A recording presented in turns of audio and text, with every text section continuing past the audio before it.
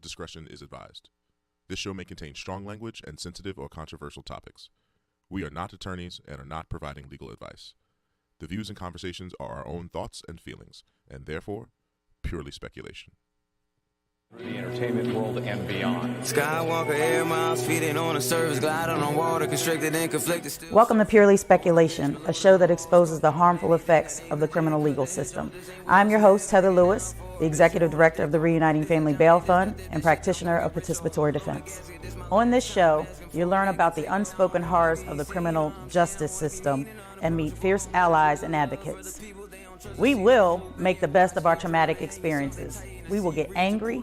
We may even cry. We most certainly going to laugh, but one thing's for sure, we're going to keep it real. Welcome to Purely Speculation. When they free my sins and let them loose, they was killing me, I got scars to prove, got me paralyzed, I could even barely move. Out the way I took the pain again. Hey, y'all. Welcome to Season 2, Episode 3 of Purely Speculation. And I'll say it again, as I always say, we got a treat for you tonight. But before we get into that, before I introduce my sister, before we dive into tonight's phenomenal guest, recognizing International Women's History Month, highlighting Elizabeth Blackwell, who's the first woman to earn a medical degree from the urgings of a friend who said that my situation would be better if I had a female doctor. And that is a testament and a testimony and a privilege and an honor to recognize what women bring to spaces, any space. And so before I introduce our guests, I want to take a moment to honor and recognize some of the women that are that were in our movement, in our hubs across the country, and particularly our hub here in Montgomery County, Pennsylvania, and Philadelphia, Haddington, Philadelphia, that we lost along the way. And so I want to lift up Miss Loretta Del Vecchio, who was one of our fierce advocates, who lost her battle to cancer in 2021. She was a member of the Montco Hub. Miss Deborah Batchelor, who also was a member of the Montco Hub, who we just lost, earlier this month. And again, a fierce advocate, a grandmother who, was standing in the gap for her grandson. And then Justine Hudson out of the Haddington, Philadelphia hub, who again has transitioned. And we just wanted to lift up those fierce women that were members of the Participatory Defense Hub and movement, and recognizing them and their contributions. So now to our guest, my sister, the mother of Participatory Defense movement, Charrise Domingo. I mean, she's so phenomenal. I love her. This is my sister. And hello, Charrise. Welcome. I'm going to make you blush all day. I'm blushing all day. Yes. And so we're giving our women our flowers, right? I'm giving all these ladies, these phenomenal women, their flowers today, because as we just saw, we had some that have passed on, and, we may not have given them their flowers in due time. So definitely want to give you your flowers. I mean, it has been a phenomenal experience knowing you, getting to know you, having you in our lives, my life, my family's life, and just the path that participatory defense has put me on. And I'm sure as we hit all the other phenomenal women in this space, that participatory defense and Charisse was very instrumental in those journeys, or our origin story, as we call it, with participatory defense. And so I didn't know, as long as I've known you, I didn't know your origin story. Like, I didn't know how you got started. I knew how the movement got started. I know how you and Raj had started organizing around police brutality and things like that. But I didn't know how Charisse got involved and felt about it, and you know what I mean, because we always hear Raj talk, we don't get to hear you talk about yourself. So I would love for you to share. And I will say, I said before that I'm gonna throw Oscar under the bus because he was sharing how dope you are and how you brought him in to the movement space and believed in him as somebody just coming home from incarceration, right? And Yeah. so I think that's the beauty of the movement. I think that's the beauty of community and what we do for each other. And so, I mean, it couldn't be without a woman, you know what I mean, in that space. Always, right? Yeah. Exactly. Always. So When tell us how it began. And I'll just say Stanford and then we'll go wherever. here's your cue. Oh, well, first of all, Heather, thank you so much for having me here and like really providing this space to really uplift all our work around the country and stuff, and Yes. internationally too, that we're starting and stuff. Yes. So I just really appreciate that and stuff. And so, I mean, I think like, when I think about my origin story, I think about just like all the people that, sorry. Oh, it started already. Dude, it's not even like 5 minutes. What the heck? Not even a minute. Okay. Oh, it's okay. It's okay. I cried on the show, so it's all good. It's all Okay. good. Yeah, but like, I mean, yeah, so I think maybe I'll start with Oscar and how I met him and stuff. I was living in East Palo Alto for a while during the time when it was like, everybody called it the murder capital and stuff like that. But what Mhm. brought me to East Palo Alto was really, I came to East Palo Alto by way of LA, by way of Manila, Philippines, where I was born and stuff. Mhm. Lived there for 14 years before I came to LA with my sister and lived with my grandfather, my grandparents. I went to, and then I ended up going to college at Stanford. And when I got there, or even when I enrolled there, or all that stuff, like I didn't know what Stanford was and stuff. Like, I really didn't. And like, so my family was like, well, you gotta. It was a high school counselor who was like, why don't you just try doing this and stuff? And um, I wanted to stay local in LA. But my mom, who, pretty much raised us on her own, was like, if we can't afford college at all. And so the spot you got to go to is a place where you're going to just get some kind of full ride and Right. stuff, or we can't do this and stuff. And so it was really the only option at that point and stuff. And so, but really where I wanted to go was a writer's college up in Oh, Chicago. Yeah, I oh, wanted to be a nice. but so I went to Stanford, and then and I, yeah, honestly, I didn't know what Stanford was, where it was and stuff. I just knew, okay, this was gonna give us some breathing room, so my mom didn't have to worry about me Mhm. and stuff. And so but so going to Stanford was really more of, I was only here for 3 years after I came from the Philippines. I grew up undocumented Mm, that whole time and stuff. And so when I went to Stanford, it was really the culture shock that I came to, right. because LA, everyone, when I got off the plane from the Philippines, I'm like, everybody looks just like me. And so like everybody's Mhm. so Right, right. like, okay, so Stanford was really and where I lived in LA, it was like East LA, like East Baldwin Park. And Mhm. so when I went to school, it was really the culture shock that was the main culture shock. So I Right. looked for a community that looked just like me, which was East Palo Alto and stuff, Okay. which was like black and brown, mostly black and stuff. It was born, even though back then it was known as like murder capital and all that. But before that, their origin story was that it was created out of the Black imagination, out of the 60s Mm, and the 70s, and had its own cultural institutions. College had its right. own, like, everything. And so that Yes. was really what drew me there, Mhm. this kind of, how do we, like, this not conflict, but like how both the possibility and tragedy could be in the same spot. Right. So, but also felt like The home. typical Black experience, the Black and brown experience, right? Yeah, right. Like, wait, we created this, and then like all these like Right. messed up shit happen and stuff. And so Right.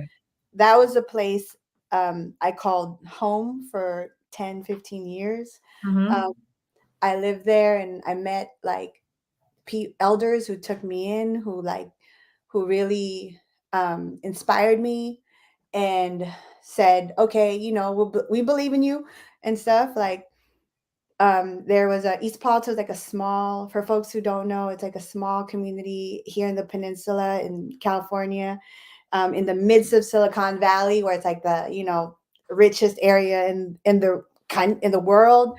It was a Right. small East Palo Alto, where it also the fight, I guess, or the struggle that I came to was an environmental justice one, where Mm. there was a toxic waste facility that was in our community, operated without a permit, Oh, wow. um, for a long time, 30 years. And so Oh, my wow. whole thing was like, the organization I was part of that I helped start was called Youth United for Community Action. All young people of color from East Palo Alto or live in East Palo Alto, really trying to shut down this toxic waste plant and Mm-hmm. stuff. And that was my first, well, it wasn't my first, but it was like what really the guidance of like elders in East Palo Alto, Pete and Keisha. I want to bring them into this space Yes, and yes, stuff, who taught me how to read everything, how to not let yes. right. You got to read everything. Reading is fundamental. They joke Yeah, about that, but it's serious. It's very much so. fundamental. It's liberatory, Mm-hmm. and it's like read everything, fight everything, don't take no for an answer, and stuff. And that's where like I think all my my that's where the origins of fighting The came fighter. about. Yeah, because like before that, like I remember like it was when in California they tried to pass Prop 187, which would have which targeted undocumented immigrants. Mm, And like that was, I think, the most personal. That was like when I think about like the moment that politicized me, that was it and stuff. And we lost that battle and stuff, but like man, that was and but at the same time, that's where I found a lot of like other young people of color who were like, even though we were in a college environment at Stanford, very privileged and stuff, like right, you could find your own community of people right. who think like you, who want to fight and have dreams like you. So but it was really that struggle to shut down Romic and stuff, Mm-hmm. that toxic waste facility, which eventually got shut down. We shut it down. Good. um, they operated 43 years without a permit, and then it was really like us and Pete Keisha's group shut it down. And that's how I met Oscar. He came into East Palo Alto to our organization, was like, hey, I want to do something. I want to, back then they were trying to pass this other law called Prop 21 that was targeting Mm-hmm. young people of color and stuff, like trying to try young people as young as 14 as adults and Right. stuff in the system, expand all these gang laws, and stuff, which is, like being undone today and stuff. But Mm-hmm. which was like my personal, for me, like that was our, trying to undo those laws where it was the revenge on Prop 21. But Right. that's how, we met Oscar and we became friends, we became family. When I had to move and stuff, like I lived in his garage and Oh, stuff with his that's with his family. oh hell yeah, because like man, my roommate was his Impala for real, like with the Right. Impala and stuff, So yeah, that's family, and like Nice.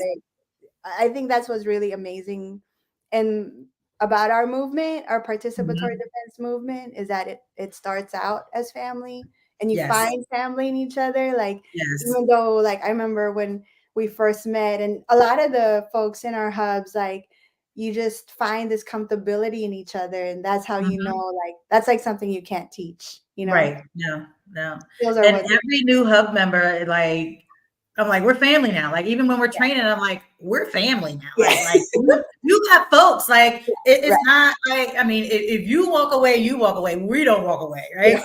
Like you're stuck with us. Like it's like we are family, and you know, you guys set the tone for that. You and Raj created that culture of family. And I don't know if it's a East Palo Alto thing, if it's a Cali thing, because you know me, I want to fight. I'm like, I'm ready to go. I'm ready to box. And you guys are just like, oh, it's okay. But like, it's not in a weak way. Yeah, You know yeah, what I mean? It's like very strategic and you know, calculated how you all peacefully fight and yeah, accomplish the goal, right? Versus yeah. I want to be violent. You know, I wake up choosing violence. Right, right. It's like they're like, and I'm like, I want to fight, and nobody's fighting around me. So I'm like, all right, I guess I can't fight.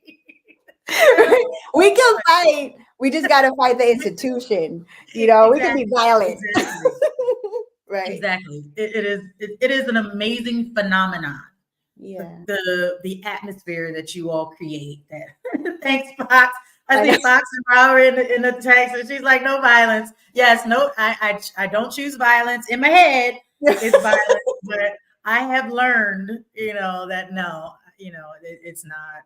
You know, like you said, we're fighting the institution, and Yeah. that's amazing. So you all have a son. How old is Nunji now? Oh man, he's 13 and officially So taller than us. he's what? Oh, he's okay. That's Well, it cool. wasn't that much Go of a high Nunji. bar, but Right. but he's taller than I us. love it. I love it. And so he's grown up in the movement. Yeah. Is he taking up arms in the movement, or is he kind of carving his own path? I mean, I know he's planning on being a baseball star and all that kind of stuff. This Shout out baseball to dad. and his number one coach's dad for sure. Great. I So mean, I how does Nunji feel about, I mean, the amazing work that you all do? He's always present, you know, so he's got extended aunties and cousins and uncles and all of that, you know what I mean? So how is he taken to the movement work, or is he kind of carving something else out?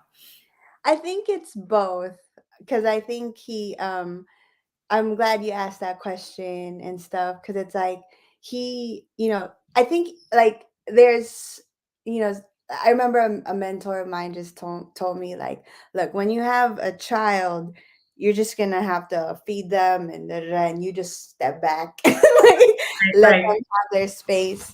And Mm-hmm. so Just feed him. I know, yeah. So he has a IG, but I don't, give him his space, Right, gotta right. oh, who you following, but like but he definitely there's like so much of it is ingrained in who he is and Right. stuff, Mm-hmm. not just like what me and Raj have created, but also like because he's been so loved and felt that love very publicly and very openly from like Mm-hmm. folks around the country that he knows or know him and cheer Right. for him and stuff. So it's like that space I feel like really comes out in just how he is and stuff. And so I remember like when he was 3, I have a story of how much is in him and stuff. Like when he was 3 years old, like one of our friends, like he met Josiah, who is whose father was killed by police. And Mm. Josiah was only 4, so they were a year apart. Not even a Right. year really, but probably some months apart. And so I was kind of waiting for the moment when they were going to talk to each other about police violence, about him Mhm. losing his dad, Josiah losing his dad. And so I remember, in the car, so I put him in the car, both of them in the car. We are going to go to the park. And then Josiah just kind of said it. He just said, "Oh, my dad died." And Mm. Nunji was like, he couldn't, I mean, I'm sure for Josiah it was hard for him to process. But then for Nunji to process it from a friend of Right. his who's the same size, age, you Right, know, right, birth right. and stuff. And he was like, so Nenji was like, oh my mom, his dad died. He's like yelling this. And I was like, okay, man, this is our moment. We have to talk about Right, this. right. What do I say? You know, Let me pull over. this conversation. I know. This conversation. And so I'm just like, all right. Well, yeah, I know, I heard. And Nenji, just out of his own thing, he said, tell me about your dad. He looks at him and says, tell me about your dad. Oh, wow. But I know there's some like, and so then Josiah talks about, oh yeah, his dad took him, you know, to go feed ducks and had stories for him at night.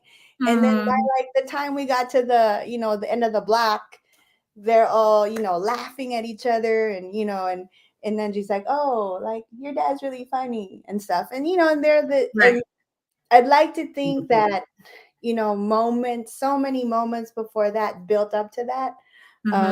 And you know, this idea of community, that empathy and story, wasn't just because of us, but because he's been around that. So I Right, feel like right, that's the kind of space that he right. carved. And then he, you know, then he has the sports. Like I didn't know what baseball was. I mean, we don't have those kind of fields in the Philippines. Right, they don't play that in the Philippines. We use them to make rice, you know. Right. So like, but he's found this like discipline in sports, and like I feel like that's kind of how it's evolving. But the way he really, I think, gives back to his amazing coaches and stuff, and the way his coaches also, you know, take care of him. Like I feel like that's something that, because he's been raised in the movement and stuff too. I love it. And that's exactly the example. And, you know, we see the ugliness of how children are raised, right? All the time. You know, Yeah.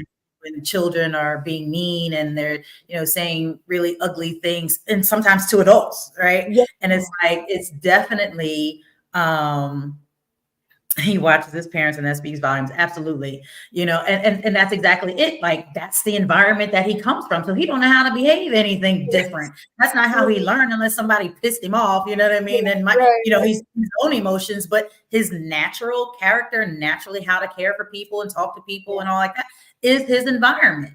And you can tell, you know, how, you know, our children, you know, where the type of environment they come from.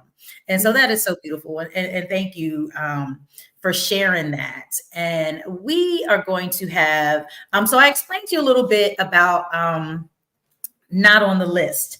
And that is a project that we started about Black History Month, and how, at least in our school district, Norristown Area School District here in Montgomery County, Pennsylvania, I put everybody on blast. I pull everybody's government.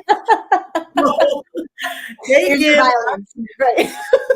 yes, they give our kids lists of people that they can study for Black History Month. And I asked my daughter one time, I said, can you do somebody not on the list? She was like, no. The hell? And so, you know, and it's the same 20 people on the list every year. And it's like, okay, at some point we're not expanding the knowledge. And so we created a project called Not on the List, and it's challenging our young people, K through 12, to do a creative storytelling about either a family member, community member, could be a famous person or some historical figure. And so their submissions are going to be read during our podcast. And so we're about to go into another video essay or storytelling. And this is actually my daughter. She did something, and hey, Muffin in. All right, y'all, I'm gonna shout everybody out when you pop up, and stick around, because I'm telling you, treat. We got a treat. It's gonna get even doper. And so let's go into this video, and EJ is gonna explain who Michelle Sword is, and then we'll get back to all these dope women that we got on our list. Hi, my name is EJ, and my Not on the List hero is Michelle Sword, who is a women's basketball coach for the Wildcat players at Villanova University. A little backstory on her is she spent her collegiate career at St. Joseph's University, where she was the 4-year program finishing leader for games played. Sword, who ranks 14th on the Hawks' all-time scoring list with 1,184 points earned. Second team All-Atlantic 10 honors as a senior in 2012 when she averaged a team high of 13.0 points per game. She also earned a spot on the 2012 Atlantic 10 All-Defense team and the 2012 All-Philadelphia Big Five first team. Sword earned a Bachelor's of Science degree in the Interdisciplinary Health Science from St. Joseph's in 2012 and a Master's degree in Sports Management from Drexel in 2014. Sword enters her 4th season as a member at the Wildcat coaching staff in 2023 to 24. Sword arrived at Villanova in 2020 to 21 after spending the previous 8 seasons of Dennis Dillon's Drexel University. In her role, Sword will assist with one-count coaching duties, handle film breakdown of Wildcat players and Villanova opponents, and she will serve as one of the program's on-road recruiters.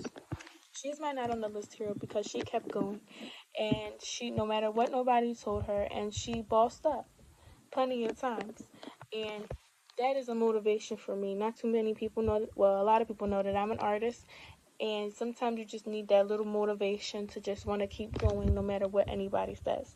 That's why Michelle Sword is my not on the list hero. Oh, she's so cute. And shout out to EJ. She is going to get a swag bag from us that has a $100 gift card, a not on the list t-shirt, a notebook, and some other goodies that we got donated to this not on the list project. So if you have kids, Nunji, I mean, and I don't think it's even it's not restricted to Pennsylvania, Montgomery County, or whatever. Whoever is listening, if you've got young people that you want to have that they can share who their hero is that's not on the list, we'd love to share. And actually, the video will live on our website. So we have a not on the list page and it'll have everybody. So Michelle Sword will be on there and you can kind of click it and see. And so it's just really dope. Like, and see, this is, we talked earlier, the birth of a movement. Like I wouldn't be here. We wouldn't be doing this if it weren't for you and Raj and Participatory Defense. Like I would not be on this journey. Absolutely not. We would not have this platform to kind of elevate, amplify all of the stories, all of the work, all of the needs that we have, and now showing other people that you have to take charge of your own, destiny and your own experience and the education for your kids. Like they're whitewashing our history, they're erasing our history, they're banning books, like all this stuff. And so we are constantly having to combat, like you said, in the midst, you've got this hope and this opportunity that is birthed out of trauma and oppression. You know what I mean? So they're forcing us to be our creative, badass motherfucking selves. You know what I mean? It's like, it's your fault. You don't want us to be great, leave us the fuck alone. Yeah. Right? Like, give me what we need. Yeah. Hey, Martha, you know what I mean? Martha's on. And so it's like we're constantly having to pivot and shift and move so that we can survive. You know what I mean? And it's like, oh, keep fucking around and find out. You know what I mean? We just do it. And so with that is a perfect introduction and segue into all of the phenomenal women. And no, not all. Because this show, Zach will be mad at me that we've gone over an hour. You know what I mean? We tried to name all of the badass women that we know, right? And so if your name doesn't get mentioned, charge it to, time and logistics and all that. Certainly not my heart, because every time we mention one woman, 10 other women pop up in our head, right? And we both can go either way. And, we'll be here all night, and maybe we'll have a show that we'll do that pull an all-nighter, right? So hey Martha, hey Muffin and Fox and them, like, so a lot of these women are in the same space that we are. We know a lot of these women because of or for what and all that through Participatory Defense, but also so I'm gonna highlight Andrea James, who Yeah. is a dope ass sister, badass, who started the National Council for Incarcerated and Formerly Incarcerated Women and Girls. She has been holding it down, and you know what I mean? We Oh all my know her God. story. Just want to feel free to say whatever as we go through some of these phenomenal women. Reverend Michelle Simmons, she's in Philly. She's one of our Philly founders. Why not prosper? Giving women a hand up, not a handout, and really getting them on the path. And she's doing phenomenal things. Like, I mean, she's just crazy. And then we got Taz, you know what I mean? Taz, again, co-founder of the National Council, National Participatory Defense Trainer. You know what I mean? We're all in these spaces. We've all, you know, trained together, you know what I mean? We're bred together and just been, you know what I mean? Just being badasses. Muffin, we got Muffin on here. Hey. And so Muffin's holding it down in Durham. And look, badass boss lady. I mean, really, really, you know, giving Durham what for. Yeah. what for? You know what I mean? And unapologetically, you know what I mean? Unapologetically. And so we got our girl Kier Bradford Gray. Now, Kier, which we all know, is instrumental in bringing participatory defense to Pennsylvania. And our girl is running for attorney general here. And so as the people's attorney, she is the only female, the only person of color, the only Black female. And so rocking out, and they're actually having a live debate as we speak. So I'm missing that. You know, hopefully we'll get to see some video and share some of that stuff. But she is just so dope and really recognizing the power of women, the power of community, the power of, you know, she's a defense attorney, and a lawyer, but embraces the community aspect. She's like, you guys are helping me do my job. It makes my job easier when you're sharing this information with me and helping me understand who my client is. Like, that's just makes sense. And you know what I mean? And so I think we're the only people that make sense. Like, out of stuff. Everything else is like, let me do this ass backwards because I don't care who it screws up. And you know what I mean? I'm not trying to make life easier for people. We're just being difficult. So yeah, so Kier, she gets it, and it's like, yo, her as AG would be super dope. Jacola Lane, you know, that's our cola. You know what I mean? Ain't that cute? And you know who the back of that head is, but we won't get to her in a minute.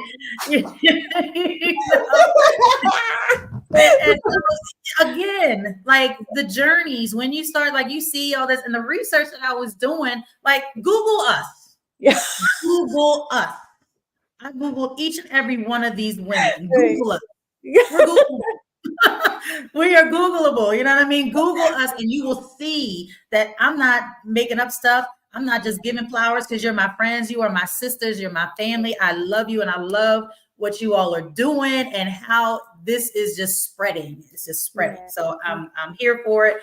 It's dope.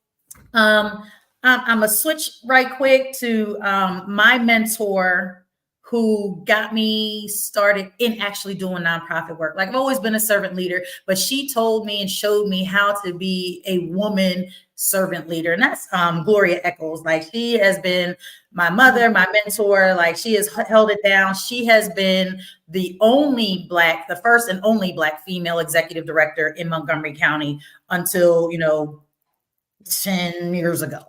You know what I mean? So she was the first and only for a very long time. Wow. And of one of the largest nonprofits here in Montgomery County. So she is Black history. And so we saw, so that was Gloria. And Fox, my girl Fox is on, checking us out. Another dope sister, like just, we're super smart and we know what to do. Like, she had the wherewithal. I never would have thought to do this, but to video document her journey of her husband and her freedom journey that led them all the way to the red carpet at the Oscars. Yes. Like, Google us. Google us. You know what I'm saying? Google us.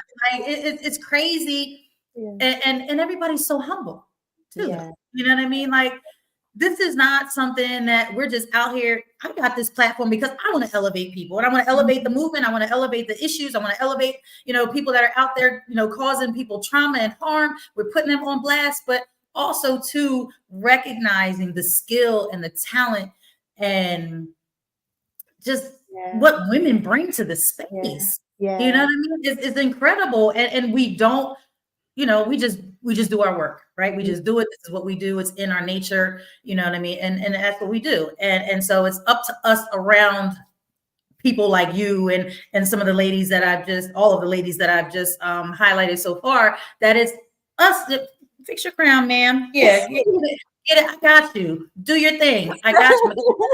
That bay, do your thing.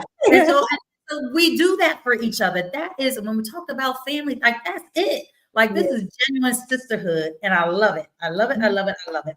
So we got we saw the back of the head, Imani. So we're gonna see Imani's beautiful face. Oh, wow, look at that. And again, another boss holding it down in Tennessee, along with Jacola. Jacola's in Tennessee with Free Hearts and Dawn and all the folks that they're holding it down in there. We got, when I say we got family everywhere, and we can literally just start typing and we're putting it in our listserv, like, hey, who's here? Like we need, some folks to kind of step in and show up in this space.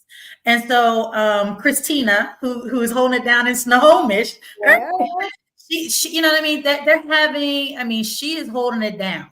Mm-hmm. And probably one of the most oppressive states, in the north, or I don't know where you call, Washington, part of the north, something, I don't know. Anyway, I'm geographically challenged. So, but yeah, she's holding it down, like literally 10 toes holding it down there in Snohomish. You live in Snohomish, like, yeah. And so here in our own hub, we've got Taria Mayo, who is one of our court watch coordinators. Like she really put us on the map in the court so that they recognize us. We got judges shouting us out when they see us in the courtroom. Oh, wow.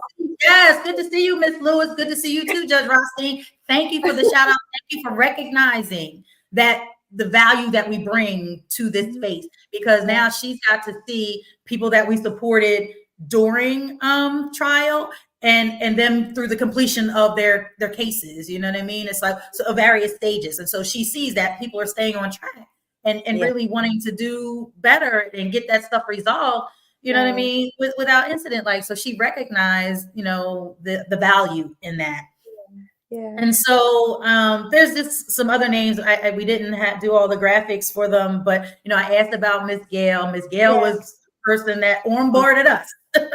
Right? She was our person that was, onboarded us. Yeah. And so, and we can't not have this conversation without mentioning Ceci and Gail and Adrian and Yoli and Benet and Sadait and Anna, and then Miss Darnice from our hub, and Kia and Miss Carol, Mama Glow, Yvonne, Nancy, Danielle, Alana, Christine, Lori, Jubilee. Like the list goes on and on and on and on and on. Yes, Miss Gail. I love her, miss her, and I'm glad that she's doing well. I want to talk to her soon. And so, you know what I mean? I'm sure there's a list of names that you can rattle off. You know what I mean? As we just start talking about how phenomenal, our women are in this space. Thanks, Martha. It's just, and Martha's in the Philly hub. So I'm going to shout her out. Yeah. And Fox is in NOLA. And we said, hey, to Muffin, who's in Durham. So, badass ladies holding it down, doing it, putting in the work, and looking good doing it. Looking good doing it, you know what I mean? Always cute and sassy and just bringing it. And so before we go on to the next or one of the last segments, is there anything you want to add? Anyone you want to shout out? Anything that we missed? And maybe backtrack a little bit, because I kind of shifted you a little bit when I asked about Nunji and wasn't quite sure if we were done talking about your experience in the participatory defense space. Yeah. We kind of heard about how you got started, but it's how long now that you all been doing this work? Because we came in 2015 and you had already been doing this work for some years at that point. Yeah, I think we had been doing it, since 2008, 2007 and stuff. And I think, so a couple of things, and we just knew because for a while, folks were driving up from LA you know, just for a weekend, just to come to our meeting that we never had a flyer for, you Right. know, like Right. all of a sudden people just know about it. And so we were like, look, we know there are organizations that fly at the altitude that we do and stuff. And so we just Mhm. got to find each other. And I think Right. that's what's amazing about our movement is that, like, you know, when we first met Muffin, when Imani, you, Adrian, Fox, Rob, it was like Mhm. there was something just familiar about each other, and we just Mhm. needed to lift each other up and stuff. And Right. then that was our movement. And so, and I think too, like, you know, like with us, it's like we just grow with each other. You know, it's Mhm. like, you know, I mean, I hope it doesn't sound all cornbally, but like it is like a garden, you know, it's like what I Yes. loved about like the last gathering that we had back before COVID hit, or before COVID hit. It's like we were sharing with each other things that we all learned. And so I feel like our role has really shifted to just be like, let's just create the space and see what happens, you know? And Right. so, and that's how, and I think that is very much like, I don't know if it's a gendered thing and stuff, but it's like we we all kind of, you know, we take our whole community with us and stuff. Like we're not Mhm. the singular person kind of movement, you know, that I think Right. maybe it's also like a misconception about a movement, like where it's like a singular figure, but it's Right. really it's all of us, you know. I wouldn't be here either without you, Heather. Then I mean that Oh. 100%, like 100%, you know, like I was like, man, we're all boss ladies of this Yes. movement, you know, really, and stuff. So I just wanted to like share that. Like, it's really like, you know, I mean, Gail, yeah, I definitely want to shout out Gail and Blanca, who, Mhm. you know, as much as like, you know, we believed in them, they believed in us. And that was really that shared faith that brought us to what we are now and stuff. And Right. so, and Gail, like, you know, she loves everybody, you know, too. Mhm.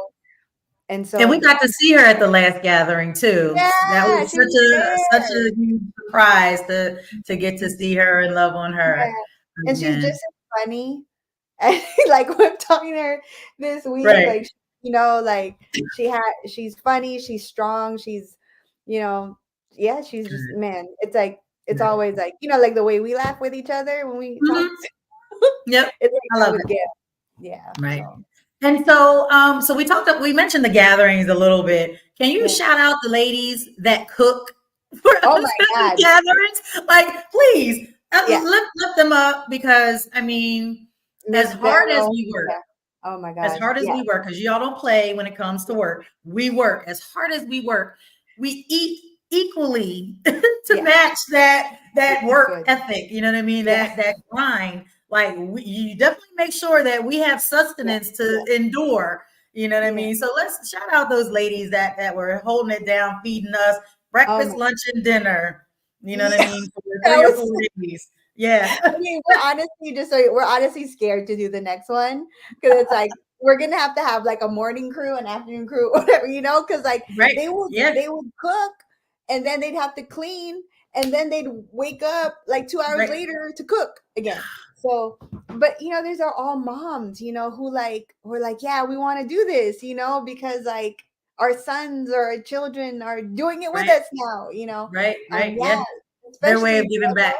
yeah, yeah. You know, remember Christian and Mm-hmm. Carlitos who'd come Mm-hmm. with Yep. Vero, who'd be like our head Mhm. chef, you know, Yep, and yep, stuff like her, Maria Elena, Liz holding it down. Now we got yes. Gloria. And all of them too have like one of the moms who cooks for us now, like her her whole thing, her name is Maria Elena, and her daughter Jenny was killed by police here in Uh, San Jose on Christmas Day. And mm, she started cooking because we asked her one day, like when she wanted to do an angel versary for Jenny. We're like, why don't you make what Jenny liked to eat? And she was mm, like, oh, it's enchiladas or the Jenny special. So we're like, all right, right. cool.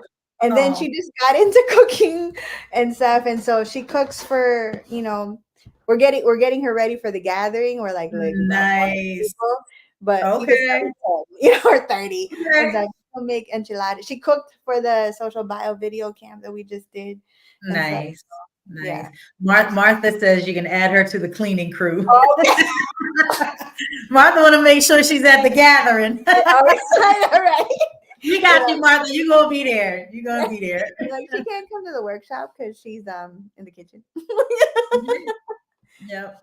Martha, I love it. I love it. Our And movie. so, yeah. So the last segment that we do, but again, these are the platforms that come out of doing this work. You know what I mean? Because you see something that's messed up, and we try to create something to kind of fix it or balance it, right? Yeah. And so sometimes there are situations or things that happen that just make you say, "What the fuck?" Right? And so we have a segment called "What the Fuck." Oh, So, man, how much time we got? Okay. right. And so it could be, I mean, there's sometimes that it's like a positive, like, oh, what the fuck, I just won the lottery or whatever. Like, maybe. Often it's like some crazy shenanigans, like when we said when the DA tried to call our bail, and after the defendant showed up. Yeah. He literally still had the audacity, the balls to be like, "Your Honor, but for." She's like, "What?" Yeah. That will be my number one what the fuck moment for a while. So, and I'm sure, like you said, how long do we have, doing this work for so long? Is there anything that in particular sticks out? And again, if it's something positive, that's cool. We love positivity, and seeing things happen in this space that's just kind of riddled with trauma and shit. That to hear something positive is good. So it hit me with your WTF moment. Okay, my WTF moment actually just happened last week. Oh, so it's shoot. not positive. Well, it's positive in one sense, but it's like I was like, oh my, Okay. what the fuck is it? What the fuck is it? So about a year ago, right? Like we helped pass the Racial Justice Act here in California that says, okay, courts can go back and look at reopen a case if there was any, racist or anything in charging and convictions or in trial that came out. And so last week was the first evidentiary hearing in Santa Clara County on the Racial Justice Act. And what it was there was a 71-year-old Black woman who was arrested by police. And she had a thyroid condition. And so she was taking some medication. So she actually pulled over and did the right thing and said, I'm going to sleep it off. Cops come and tap on her window and stuff, and then try to get her to do a breathalyzer, coerce her into it. And she's lethargic because of these medications. And so she tells them, I can't do this. It's hard for me and stuff. And of course, they make fun of her. And we saw the body cam video. They're berating her, treating her like a child, being like, they'd be like, look, just picture it's a birthday candle. Oh, go, right? And then at some point they said, oh, you're lazy. You're just being lazy. Lazy, right? So challenging this thing off really the defense had an expert who really talked about the historical significance of the word lazy. Right. How it's connected to slavery and all that. And so I was really curious about how this DA was going to try to defend this. So that was the what the fuck thing. Like this DA actually trying to defend the officer's actions, right? Right. And, I'll save the thing. So one of her first questions was, okay, so the word lazy. Have you read, she asked the expert, have you read the Merriam-Webster's definition of lazy? And she's like, no, not lately. Why would I read that, And she's like, oh, so she reads it into the rec. She's like, it means disinterested. So could it be that the officers meant she was disinterested and stuff? Right. And also, is she really trying to say that's what the officers meant at that moment, So I was, but here's the other what the fuck about this DA, right? Her name's Teresa Studo. I'm going to shout her out. Yes. And Say it again. What is this? Because we'll find her. okay, yeah, Teresa Suto. She was, remember with Gail, Lamar, so her son Lamar was Right. arrested by police for a broken taillight, beat by the cops. She was Right. the PA that also defended those cops back geez. in like, whatever, 7 years ago and stuff. And, when at that point, when they show the body cam of Lamar being beat by the cops and stuff, and the cops actually trying to cover up the dash cam. Right. Her defense to that was, well, not every video tells the story. So that was so she had origins of what the fuck too. So yeah. That was my what the fuck moment. What are we really talking about this shit right now? Yeah, still. Yeah.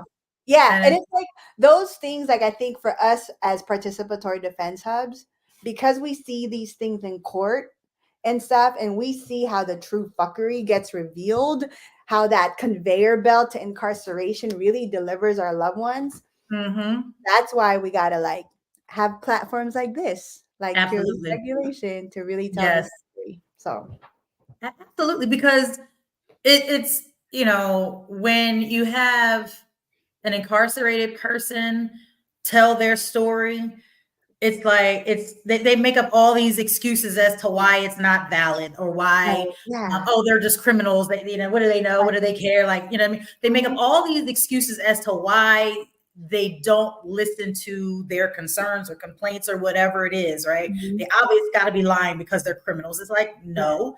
Right. And so our eyewitness accounts of what is happening is so critical. Right. So critical. And to be that trusted resource, you know what I mean? That we have, and that's something too about the integrity of the work that we do. And that's why it's so important about we're very protective of participatory defense and the movement and how it's done and doing the trainings and why we're so intent on the work, you know what I mean? Because when you're out there and experiencing this, it's heavy, it's heart-wrenching, you know what I mean? It's infuriating, like all of these things, like you said, the fuckery, like it just blows your mind. It's like you cannot, are you really like what? Right. It's crazy, and no one would believe you if you didn't see it for yourself. Right. I mean? That's what I stand on. It's like nobody told me this story. I watched it. I've seen it. And it was last week, right? It wasn't like 50 years ago. Right. Know? Yeah. We're talking last week. Yeah. Last month. Last night. Yeah. This morning. It's like, like this is really what's happening. And it's just crazy. It's crazy. Yeah. I think that's why like the family part of this is so important, because like there's like things that you don't have to say to each other that like it feels familiar, right? And so when the highs are highs, like we all like, I love how we celebrate each other's time saved. The highs are really highs and the lows are really lows and stuff. And like, I mean, I just want to also send special love to our folks at Free Hearts who also just lost a loved one, a young one too, who recently came home and stuff. And you could feel the heaviness in like, each other's texts and stuff. So so that's where, like we're not, that's why we're like we're not attorneys in that sense of like we're about the case, but it's like we're about the person, the family that goes with it and stuff. So absolutely. I love it. And so I want to say hi to Josh, who's my nephew. He's a faithful supporter. He always hops on. Hey, Josh. And so, and one of the things that because I get immersed in the conversation and I forget to say, like, follow, share on social media, right? I'm like, I have work to do. I'm supposed to be doing that stuff. And I'm like, promote, Heather, promote. Teresa Teresa, I charged it to my head, not my heart, that left sort of like, who else is in our hub? All the ladies. So, and Teresa is part of our hub too. Thanks for checking in. And so yeah, like, follow, share, subscribe, you know what I mean? Because one of the things that we wanted to do was hopefully that this will be monetized so that we can kind of, you know what I mean, do more things and elevate more platforms and things like that. So our last check out our last episode, which was court watching, and we have a young freedom fighter out of Delaware County which is so far beyond or behind the movement in terms of just the racism that's there in Delaware County, a racist DA that's running for AG.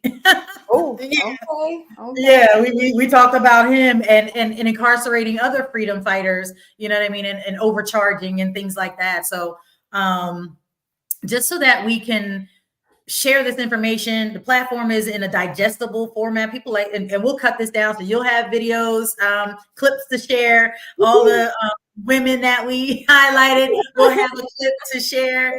You know what I mean? Just so that we can get more people, watching and learning. And, people, we're creating, opening doorways for other people to create podcasts. And, one of the attorneys that we work with, she's starting a podcast. No way. So, yeah, it's like, it's cool. Like, the more that we can do this and get the word out there, that people get this information, you know what I mean? We're just doing the work. And so anything in closing, my dear sister? Thank you. I just love you so much, Heather. I love our movement family. Yes. And I was really nervous coming in here, honestly. Like, I'm so bad. Forget that we're live. We just gonna bust it up, and we did. This is exactly how it goes. And any of the ladies that I mentioned, Martha and Fox was on our show February of last year. Oh, so Fox and Rob was on February of last year because their book had just come out. Time had just come out, and we were doing some things, and they were doing Valentine's Day, and so they were on our show. But we'd love to have them again because they've got a part 2 coming, and Fox did her directing debut, and you know what I mean. Like, we just got some boss lady. I'm gonna say boss ladies got bosses doing it, and so. Yeah, boss. Yes, boss. And so anyone that, you think would be a good guest or that has a story to tell that we can share and amplify, we'd love to, have them on, bust it up.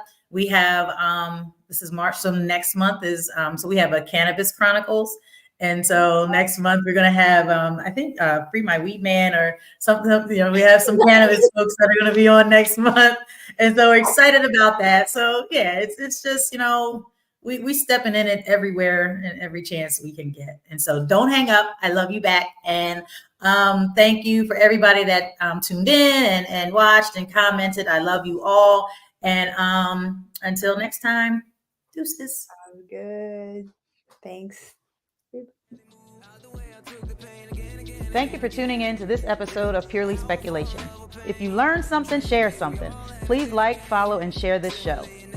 The more our communities know, the more they are empowered, and the faster we can create change. Purely Speculation would not be made possible without the generous support of the Community Justice Exchange, the Health Sparks Frank E. Boston Black Justice Fund, Philadelphia Foundation, and Reform Alliance. Thank you. Booyah! Intuition different, already lived and dreamt it. Visions make my vision clear as I'm jogging through this fog of life. I be fog eyes with the fox head, body and I'm all set. Baby, can you be my Cardi B on an offset? Toast we got it, we built.